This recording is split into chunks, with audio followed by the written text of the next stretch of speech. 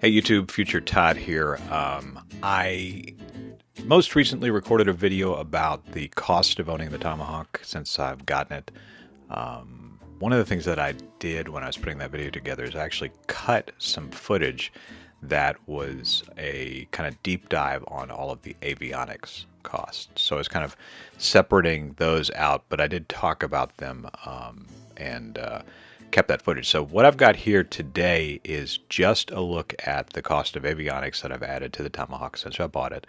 This is the same flight back from, I think it was Pilots and Paws, dropping a dog in Alabama.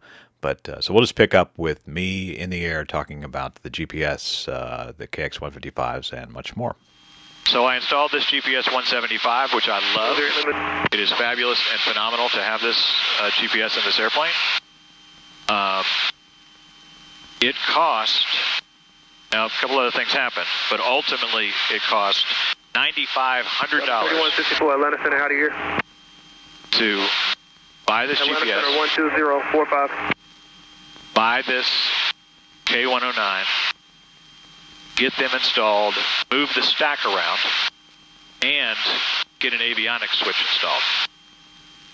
I also had to replace this transponder, and I replaced it with a slide-in, same model, so that I didn't have to do a lot of work on that or change much out. And it was pretty inexpensive. It was $670 compared to a newer transponder. We already had ADS-B. I looked at the idea of going to something more modern and exciting, but it does what it needs to. All right, then there was the mistake. I bought, when this radio, as I mentioned before, this is the original radio that was here when I bought the plane. When it started to wig out, I went on eBay and bought a plane that did have a form, I can't remember what it's called right now, but the form that releases it saying that it's in good working order, and got it installed in this plane, and it worked for about a month, I don't know, before it started to have some problems with the screen, and then eventually just crapped out completely. And it's possible that that was happening because we didn't have an avionics fan in here, that the stack is a little tight now to fit everything in there. It's possible that there was a little bit of error on a number of people's parts that made that happen. It's also possible that the radio was, for whatever reason, ready to go bad. It got shipped poorly. They didn't really test it as well out of this, eBay avionics shop or whatever. But so the upshot was I spent $1,467 on that, which was cheap for a KX155 that has a glide slope, right? If they're working and they come yellow tagged, they're often $2,200. So I saw that deal and I said, well, this is such a great deal that I can't pass it by. And then look what happened. It wasn't working, a month later. So what I did then is I took the old KX155, shipped it off to this company that does refreshes. That refresh cost $2,299, $2,300, and probably some shipping in there that I didn't get right. But it came back with this new screen. The guy sent me a video. I'll drop maybe the video into this and show it to you. But video of him testing everything and, just doing a killer job of making all that stuff work. So I was pretty pleased with the way that ultimately went, what he was able to do for it.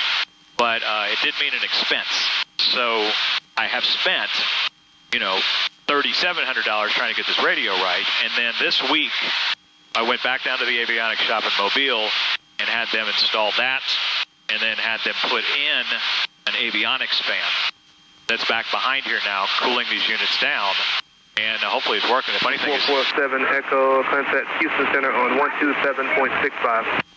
127.65 for 47 Echo. You have a good day.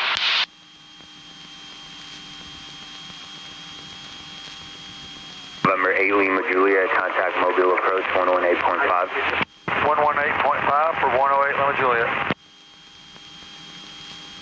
Houston Center 4447 Echoes, level 3000.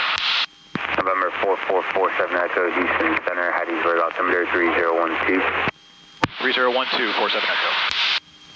It's interesting, I stayed south of this MOA this time. Instead of going through it like I did this morning, I got with Houston. And I think through the MOA, I stayed with Atlanta. So getting all kinds of Cairns approach, Jacksonville, Atlanta, Houston so far. We'll get over to Memphis and then up into Jackson. All right, so let's see if we can total this stuff out. Overall, everything radio-wise that I have fixed, that I have installed, that I have added in the last year cost $15,331. And doesn't quite look like it. I mean, it does. You know, it's nice. Here's another interesting lesson, I think. I'm forced to wonder what would have happened if I'd gone to the avionics shop and said, I'll spend $15,000 to improve the panel. What could I have gotten for that at one time, done right, without kind of going piecemeal? I'm happy about having spent the money. I'm curious what life would be like if I had walked into an avionics shop and if I'd had $15,000 to pay all at once. What would have happened? Maybe a G5 or AB30 or something could have come along with this radio and fix things up. But you never know. So that's the story. Turn off the cameras here, and then we'll get back up when we're with Jackson approach and going into Raymond.